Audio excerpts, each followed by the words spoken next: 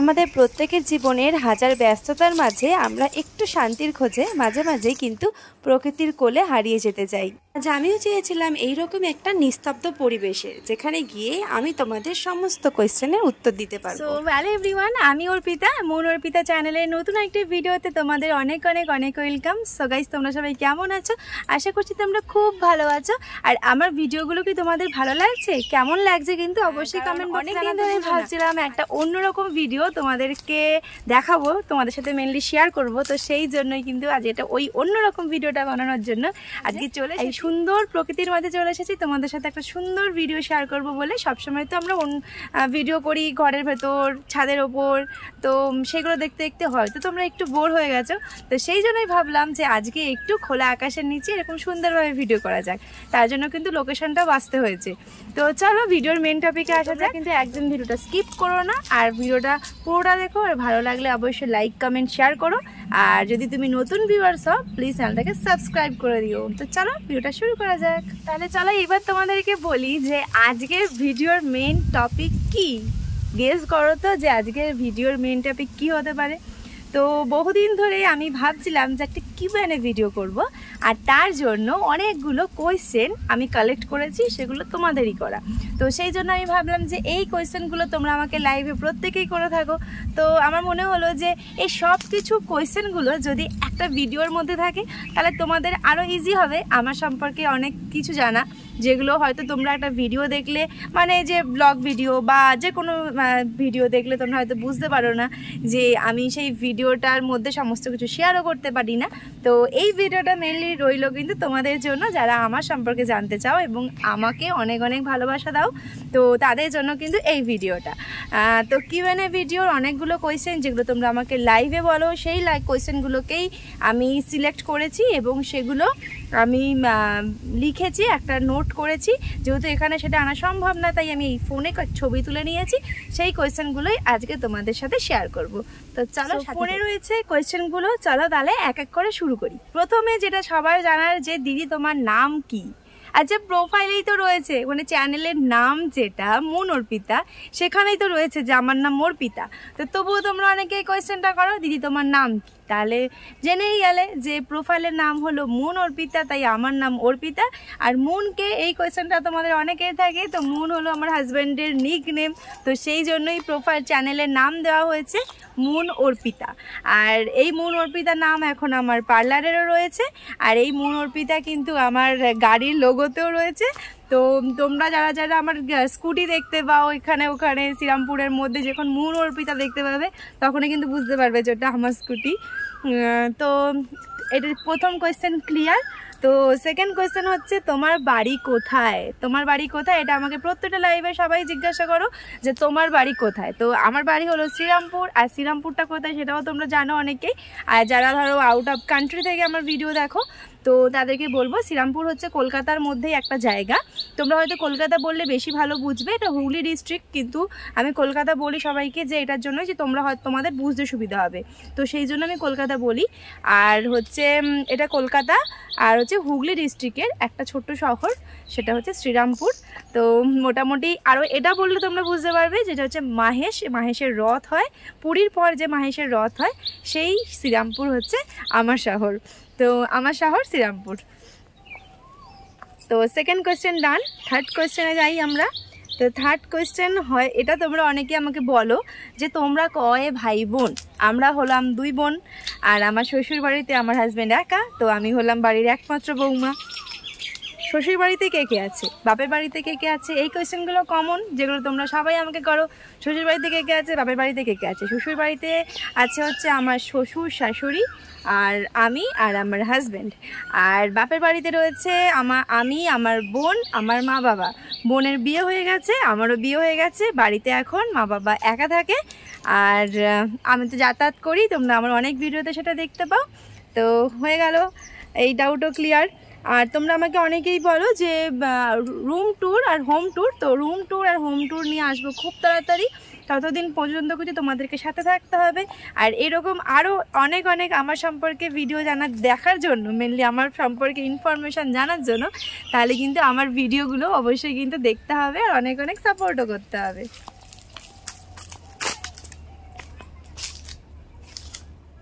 So অনেকের এটাও question থাকে যে দাদা কি করে। তো দাদা কি করে, দাদা হলো একটা বিজনেস করে আর তার সাথে সাথে দাদা একটা জবও করে। তো সেই জন্য দাদাকে খুব একটা দেখা যায় না, কারণ দাদা সারাক্ষণই বিজি থাকে। তো দাদা হলো গ্রাফিক ডিজাইনার, একটা কোম্পানিতে জব করে, তার সাথে সাথে আমাদের একটা পার্ট টাইম বিজনেস রয়েছে, তো সেটাও দেখতে হয়, সেটা মেনলি দুজনেই দেখি। তো সেই জন্যই একটু বিজি থাকি সকালের দিকটা। তোমরা অনেকে বলো যে দিদি তুমি সকালের টাইমটা লাইভে আসতে পারো না কেন, তো এটাই হলো মেন কারণ যে আমি কেন লাইভে আসতে পারি না। তো তোমার বোনের কোথায় বিয়ে হলো? আমার বোনের বিয়ে হয়েছে কল্যাণীতে। তোমরা আমাকে অনেকেই কোয়েশ্চেনটা করো বোনের কোথায় বিয়ে হলো, তো বোনের কল্যাণীতে বিয়ে হয়েছে, যদিও একটু দূর। তো এটাই ভাগ্য, মেনে নিতে হবে। তো মাঝে মাঝে দেখা হয়, সেই জন্য আর এখন আর মন খারাপ হয় না, আগে না খুব মন খারাপ হতো জানো তো। তারপর নেক্সট কোয়েশ্চেন হচ্ছে তোমার চ্যানেল কি মনিটাইজড হয়েছে? এটা অনেকের কোয়েশ্চেন যে তোমার চ্যানেল কি মনিটাইজড হয়েছে। তো প্রথমেই বলি, অনেকেই বিশ্বাস করতে চায় না যে আমার 8K ফলোয়ার্স, মানে 8K আমার সাবস্ক্রাইবার্স, কিন্তু তবুও আমার চ্যানেল মনিটাইজ কেন এখনও হয়নি। তো তোমাদের সাপোর্ট অ্যান্ড তোমাদের ভালোবাসা ছাড়া কিন্তু চ্যানেল মনিটাইজড হবেও না। তোমাদের ভালোবাসা অনেক প্রয়োজন, তোমাদের সাপোর্ট অনেক প্রয়োজন। তো এখনও আমি অনেক পিছিয়ে রয়েছি মনিটাইজড হওয়ার জন্য। আমার এখনও অনেক ওয়াচ টাইম দরকার, সেই ওয়াচ টাইমগুলো কালেক্ট করতে চাই তোমাদের থেকে। তো তোমরা প্লিজ সাপোর্ট করো আর আমার লং ভিডিওগুলোতে অনেক ভালোবাসা দিও, তবেই কিন্তু আমার চ্যানেল মনিটাইজড হবে। কারণ তোমরা এটা অনেকেই বিশ্বাস করতে চাও না। আমাকে অনেকেই বলে দিদি তুমি কি বলছো, তুমি মিথ্যা কথা বলছো যে তোমার চ্যানেল মনিটাইজড হয়নি, কিন্তু এটা সত্যি যে আমার সত্যি চ্যানেল এখনও মনিটাইজড হয়নি। তো নেক্সট কোয়েশ্চেন হচ্ছে, আবার অনেকে আমাকে এটাও বলে যে তুমি কি প্লে বাটন পেয়ে গেছো? প্লে বাটন কি করে পাবো? প্লে বাটন কি এত ইজি? প্লে বাটন পেতে গেলে আমাকে 100K সাবস্ক্রাইবার হতে হবে। আমার ভিডিও তো এখনও মিলিয়নেই যায়নি, কি করে আমার কোনো শর্টস এখনও মিলিয়নেই যায়নি, তাহলে কি করে আমি প্লে বাটন এত ইজি পেয়ে যাব? সত্যি কথা বলতে প্লে বাটনটা প্রত্যেকটা ইউটিউবারের একটা ইমোশন, বাট আমি কখনো স্বপ্নেও ভাবি না যে আমি প্লে বাটন পাবো। আমি শুধু ভাবি যে আমি এতদিন ধরে কাজ করছি, অ্যাটলিস্ট আমি মনিটাইজটা তো হোক আমার চ্যানেলটা। তো আমার চ্যানেল যদি মনিটাইজড হয় অবশ্যই তোমাদের সাথে শেয়ার করব, কারণ তোমরাই আমার ফ্যামিলি, তোমরাই আমার মানে জার্নির সঙ্গী সাথী। তো তোমাদের সাথে অবশ্যই শেয়ার করব, আর সেটা যাতে খুব তাড়াতাড়ি হয় সেটাও কিন্তু তোমরা দেখো একটু প্লিজ। তোমার ক্যামেরা কে ধরে দেয়? তো অনেকেই আমাকে এটা বলে তোমার ক্যামেরা কে ধরে দেয়। এই যে এখন আমি ভিডিও করেছি, কি আমার ক্যামেরার ওপারে আছে বলো তো? কেউ নেই, আমি স্ট্যান্ড রেখেই নর্মালি ভিডিও করছি। তো আমি এটাতে বেশি কমফোর্টেবল। আমি বেশিরভাগ লং ভিডিও আমি ফোন রেখেই করি, আর যেগুলো ধরো তোমরা ব্লগ ভিডিওতে দেখতে পাও বেশিরভাগ আমি নিজে ক্যামেরা ধরেই ভিডিওটা বানাই। তো সেই জন্য আমার ক্যামেরা কেউ ধরে দেয় না খুব একটা। আগে যখন বোন থাকতো, আমার স্ট্যান্ড ছিল না, তখন আমার বোন ধরে দিত, আর দাদা মাঝে মাঝে ধরে দেয় যখন ধরো কোথাও যাওয়ার থাকে, যখন আমাকে দেখানোর ব্যাপার থাকে, তো তখন দাদা একটু ধরে দেয়। আদারওয়াইজ বেশিরভাগটা আমিই করি, কারণ দাদা নিজের ফোনে বেশি বিজি থাকে, কারণ ওর সারাক্ষণ কল আসতেই থাকে ফোনে। তো ওকে আমি যদি ভিডিও করতে দিই, তাহলে আমি যদি এখন সাপোজ ওকে ভিডিও করতে দিতাম, তাহলে আমার ভিডিওটা কমপ্লিট হতো না। এই ভিডিওটা করতে গেলে 3 ঘন্টা টাইম লেগে যেত, যে ওর ফোনে কল ঢুকতেই থাকতো আর ফোনে ক্যামেরাটা পজ করতেই থাকতো। তো এটাই চলে আমাদের। তো সেই জন্য আমি এভাবেই ভিডিও বানাই মেনলি। আর বেশিরভাগ মানুষের একটাই কোয়েশ্চেন, তুমি কি করো? এই যে ভিডিও বানাচ্ছি, এটা তো একটা কাজ। তো এটা মেনলি আমার প্রফেশন নয়, এটা আমার ভালো লাগা, সেই জন্য আমি করি। তো অনেকে আমাকে জিজ্ঞাসা করো যে তুমি কি করো দিদি, প্লিজ শেয়ার করো তুমি কি করো। আমাকে বেশিরভাগ সবাই এসে এই কোয়েশ্চেনটাই করে, তুমি কি করো। তো আমি সবাইকে এটাই বলি যে আমি একজন বিউটিশিয়ান এবং মেকআপ আর্টিস্ট। তো আমার একটা ছোট্টখাট্টো একটা পার্লার রয়েছে, যেটা সম্পূর্ণ নতুন, আর সেটা সম্পূর্ণ নিজের ভালোবাসা দিয়ে গড়ে তুলেছি। তো আশা করব যে এই নতুন পার্লারটাও একটা দিন অনেক ওপরে উঠবে এবং আমি আমার বিজনেসটাকে ভালোবেসে আরও বড় করতে পারবো। তো তোমরাও সাথে থেকো, ভালোবাসতে থেকো, তাহলে একটা দিন নিশ্চয়ই সফল হব, আমি আমার লক্ষ্যে পৌঁছতে পারবো। তো এটা হলো যে তোমার এডুকেশন কোয়ালিফিকেশান। তো এটা আমাকে জানতে চায় অনেকে যে আমার এডুকেশন কোয়ালিফিকেশান কি। সো তোমাদেরকে এবার বলি যে আমার এডুকেশন কোয়ালিফিকেশান হচ্ছে, আমি বাংলায় MA করেছি। মাস্টার্স করার পর আমি ভেবেছিলাম বিএড করব, বাট বিএড করার মতন সুযোগ হয়নি। অনেক বাড়িতে জোরাজুরি করেছিল আমাকে বিএড করার জন্য, কারণ আমার বাবা ভেবেছিল যে আমি যদি চাকরি করি তাহলে হয়তো আরও ভালো মানে জায়গা যেতে পারবো। তো আমার বরাবরেরই ইচ্ছে ছিল যে চাকরি পাওয়াটা এত ইজি নয়, তো বিজনেসটাকেই আগে আমি তৈরি করার চেষ্টা করি, তো দেন যদি চাকরি ভাগ্যে থাকে তো হবে। তো মাস্টার্স মেনলি করা আমার ভালো লাগা থেকে, আমি বসে থাকতে চাইনি। আর পড়াশোনার সাথে সাথেই কিন্তু আমি আমার এই কেরিয়ার স্টার্ট করেছি। তো তোমরা হয়তো আমার চ্যানেল ভিজিট করলেই বুঝতে পারবে যে আমি কি কাজ করি, কেমন করি, এবং আমি আমার পরিচিতি কতটা গড়ে তুলতে পেরেছি, এটা কিন্তু তোমরা আমার প্রোফাইলটা ঘুরে এলেই বুঝতে পারবে। তো মেনলি কিন্তু এই কারণেই আমার এই প্রফেশনে আসা। কারণ অনেকেই নেক্সট কোয়েশ্চেন এটাও ছিল যে চাকরি না করে কেন তুমি এই প্রফেশনে এসেছো, তো এটাই কারণ, চাকরি না করে কেন এই প্রফেশনে এসেছি। তো চাকরি যদি করতামই তাহলে হয়তো কোনো একটা প্রাইভেট স্কুলে পড়াতাম, কারণ সরকারি পাওয়া ডিফিকাল্ট ভীষণই। আর এখন তো দেখছো চারিদিকে সরকারি চাকরির কী অবস্থা। তো আমি যদি সরকারি না পেতাম, আমাকে প্রাইভেট একটা স্কুলে পড়াতে হতো। বাট সেটার থেকে আমার মনে হয়েছিল যে আমি এই জায়গাটায় বেশ ভালো আছি, বেশ কমফোর্টেবল আছি, কারণ আমি আমার কাজটাকে ভালোবেসে করতে পারি এবং ফ্রিডম রয়েছে, অবভিয়াসলি কাজে ফ্রিডম রয়েছে। তো সেই হিসেবে এই কাজটাকে আমি অনেক অনেক ভালোবাসি। তো তোমাদের নেক্সট কোয়েশ্চেন হলো তুমি সাজাতে কত দূর দূর যাও। তো তোমরা হয়তো অনেকেই আমার রিসেন্ট কাজের ভিডিও দেখেছো যে আমি সাজাতে গিয়েছিলাম রিসেন্ট আসানসোল। তো এটা আমার সাজানোর লাইফে অনেকটা দূর, মানে ডিস্টেন্স ব্রাইড বলতে পারো। তো লোকেশন ব্রাইড আমি সবসময় করি, কিন্তু এটা আমার সব থেকে বেশি দূর যাওয়া, যে আসানসোল থেকে আরও প্রায় 70 কিলোমিটার ভেতরে। তো দাদা গিয়েছিল সাথে, সেই ভিডিওগুলো অলরেডি তোমাদের সাথে শেয়ার করেছি, কিছু কিছু এখনও শেয়ার করা বাকি রয়েছে। তো সেই বড় ভিডিওগুলো শেয়ার করব খুব তাড়াতাড়ি, সেই ভিডিওগুলো তোমরা অবশ্যই দেখো। তো আমাকে একজন জিজ্ঞাসা করেছিলে, তো তাদেরকে বলবো যে চেষ্টা করি যাওয়ার, যদি দূরের ব্রাইড হয় খুব রিকোয়েস্ট করে তখন যাওয়ার চেষ্টা করি। আর যদি কখনো না যেতে পারি তো তখন তার থেকে সরি চেয়ে নিই যে আমার অন্য বুকিং থাকলে সেখানে আমি যেতে পারি না। তো যদি ফ্রি থাকি, তোমরা যদি আমাকে রিকোয়েস্ট করো বা তোমাদের যদি খুব প্রয়োজন থাকে, তাহলে অবভিয়াসলি তোমাদের ইচ্ছা পূরণ করব। কারণ ব্রাইড প্রত্যেকটা মেয়ের স্বপ্ন পূরণের জন্যই কিন্তু মেকআপ আর্টিস্টরা তৈরি হয়। তো মেকআপ আর্টিস্টদের মানে এটাই ডিউটি যে প্রত্যেকটা ব্রাইডকে তার স্পেশাল দিনে নিজের মতন করে সাজানো। কোয়েশ্চেন হচ্ছে যেটা আমার কাছে খুব সেন্সিটিভ একটা কোয়েশ্চেন, যেটা আমাকে প্রায় দিনই সবাই করে যে দিদি তোমার বেবি আছে, বেবি আছে, বেবি আছে। এটা সবার কোয়েশ্চেন, সবার কোয়েশ্চেন, এই একই কোয়েশ্চেন আমাকে প্রায় এটা সবাই লাইভে করে।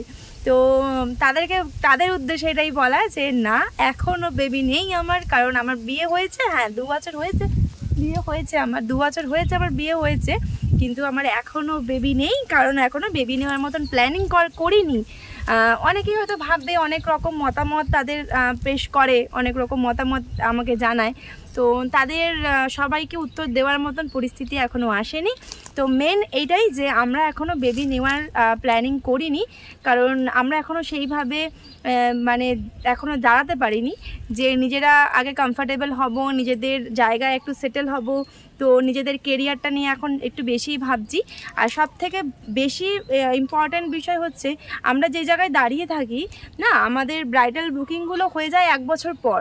তো যখন ওই 1 বছর পরের কয়েকটা ব্রাইড বুকিং আমার কাছে চলে আসে এবং আমি সেগুলোকে কনফার্ম করে অ্যাডভান্স নিয়ে নিই না, তখন আমাকে সেই জায়গাটা ভেবে চিনতে ডিসিশন নিতে হয়। তো এইসব চিন্তা করতে করতেই না সেই প্ল্যানিংটা করা হচ্ছে না। তো এইবার তবুও ভেবে নিয়েছি যে 1 বছর পর থেকে আমরা প্ল্যানিং করব এবং অবশ্যই চেষ্টা করব যে আমাদের যাতে বেবি হয়। তো এটাই ব্যাপার। তো এটা নিয়ে আর বেশি কথা বলতে চাই না। তো যখন হবে বা যখন গুড নিউজ আসবে সবাই তোমরা জানতেই পারবে। তো সাথে থেকো। তো নেক্সট কোয়েশ্চেন হচ্ছে তুমি কি খেতে ভালোবাসো? তো আমি কি খেতে ভালোবাসি, আমার খাবারের অনেক কিছু বিষয় রয়েছে, মানে যে জিনিসগুলো রয়েছে আমি সব কিছু মোটামুটি খেতে ভালোবাসি। মেনলি আমি খেতে খুব ভালোবাসি। বাঙালি রান্না আমার খুব প্রিয়, যেমন আমার মা করে যেগুলো ভর্তা থেকে শুরু করে তারপরে মানে কচুর লতি, কচুর শাক, মানে যে জিনিসগুলো তোমরা খুব ঝামেলা মনে করো, আমি সেই জিনিসগুলো খেতে বেশি পছন্দ করি। জানি নিজে করে কখনো খেতে পারবো না, কারণ মায়ের মতন আমার হবেও না, আর আমি চেষ্টাও করি না, কারণ আমি নিজে ঢ্যাঁড়স, আমি নিজে খুব একটা রান্নাবান্না কিছুই পারি না। তো সেই জন্য কখনো চেষ্টা করবো না, কিন্তু ভালোবাসি, মায়ের হাতের রান্না খেতে ভালো লাগে, কারণ সেই জন্যই 2 দিন পর পর মায়ের কাছে চলে যাই মায়ের হাতে রান্না খাওয়ার জন্য। তো এটাই। আর হচ্ছে খুব বেশি যদি বলতে চাও যে বাইরের কী কী খাবার পছন্দ, তাহলে বিরিয়ানি ভালো লাগে, বাট রোজ নয়। চাউমিন খেতে ভালোবাসি, মোগলাই খেতে ভালোবাসি, এগরোল খেতে ভালোবাসি, মোমো খেতে ভালোবাসি অবভিয়াসলি। আর অবভিয়াসলি সবথেকে বেশি যেটা ভালোবাসি সেটা হচ্ছে মোমোর স্যুপ। মোমোর স্যুপ খেতে আমার অনেক অনেক বেশি ভালো লাগে।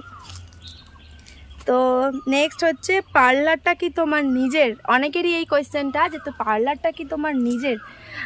তো সবাইকে বলবো যে হ্যাঁ, পার্লারটা আমার নিজের। যদিও এই উত্তরটা আমি এর আগেও একটা কোয়েশ্চেনের মধ্যে দিয়ে দিয়েছি, তবুও বলবো যে হ্যাঁ, পার্লারটা আমার নিজের এবং পার্লারটা আমি আমার ভালোবাসা এবং আমি আমার পরিশ্রম দিয়ে গড়ে তুলেছি। অনেক অনেক অনেক পরিশ্রম, মানে মাথার ঘাম পায়ে ফেলে উপার্জন করা টাকা দিয়ে পার্লারটা আমার করা। হ্যাঁ, পার্লারটা আমার ঘরটা আমার শ্বশুর বাড়িরই, মানে ও ছিল আগেই। আর হচ্ছে তোমরা দেখেওছো, তো ঘরটা পুরনো কিন্তু আমি ডেকোরেশনটা আমাকে করতে হয়েছে। তো সেখানেও জিনিসপত্র, একটা পার্লার করা মুখের কথা নয়, তোমরা জানো অনেক জিনিসপত্র লেগেছে, সেখানে আমার একটা বিগ অ্যামাউন্ট ইনভেস্ট করতে হয়েছে। তো সেটা অবশ্যই আমার এবং আমার অনেক ভালোবাসা এবং আমার অনেক কি বলবো, আমার অনেক ভালো লাগার একটা জায়গা। আমি বাড়িতেও হয়তো অতটা তৃপ্তি পাই না যতটা আমি পার্লারে থেকে পাই, কারণ ওটা আমার নিজের মনে হয়। ঠিক আছে, বাড়িতে আমি খুব কম সময় থাকি, কিন্তু আমি পার্লারে বেশিক্ষণ থাকি। পার্লারে যদি কাস্টমার হোক বা না হোক, কিন্তু ওটা আমার কাছে খুব ভালোবাসার একটা জায়গা। প্রত্যেকটা জিনিস আমার নিজের হাতে গড়া, তো সেই জন্য ওই জিনিসটার প্রতি আমার আলাদাই একটা মায়া রয়েছে। তারপর হচ্ছে বাড়িতে রান্না কে করে? তো এই কোয়েশ্চেনটা আমাকে অনেকেই করে যে বাড়িতে রান্না কে করে। তো চলো এর উত্তর দিচ্ছি, তার জন্য কিন্তু সাথে থাকতে হবে। সো বাড়িতে কে কে রান্না করে সেই উত্তরটাই এখন তোমাদেরকে দেব। তো তোমরা আমাকে প্রায় ডেটেই যখন আমি তোমাদের কাছে লাইভে আসি, তোমরা আমাকে একটা কথাই বলো যে বাড়িতে কে রান্না করে দিদি। তো আমি যখন শ্বশুর বাড়িতে থাকি, আমার শাশুড়ি মাই রান্না করেন, কারণ আমার শাশুড়ি আমাকে বিয়ের আগে থেকেই বলেছিল যে তোকে এখন এইসব সংসার নিয়ে ভাবতে হবে না, তুই তোর কেরিয়ার, তোর কাজ, এটা নিয়ে চিন্তা করবি। তো সেই জন্যই কিন্তু আমি ওটা নিয়ে ভাবিও না। হ্যাঁ, টুকটাক বাড়িতে থাকলে যেটুকু করতে হয়, সকালের টিফিন, রাতের রুটি, তো এইগুলো তো মোটামুটি করি। তো দুপুরের রান্নাটা মেনলি আমার শাশুড়ি মাই করেন, কারণ শাশুড়ি মাই এইটা এখনও ভালো করে নিজের হাতে করতে পারেন, কারণ আমি তো সেই সময়টাও পাই না। তোমরা দেখোই যে দুপুরবেলা আমি পার্লারে বেরিয়ে যাই, তারপরে আমার কাজ থাকে, তো আমার সেই সময়টাই হয় না যে আমি রান্না করব বা কিছু। তো সেই জন্যই কিন্তু শাশুড়ি মাই রান্নাটা এখনও সামলান। তো মা যেহেতু বাড়িতেই থাকে, তো মায়ের সময় মতন গুছিয়ে টুছিয়ে করতে পারে। আর আমি তো বাইরে বেরিয়ে যাই, কখন যে বাড়ি ঢুকবো তার কোনো হিসেবেই থাকে না।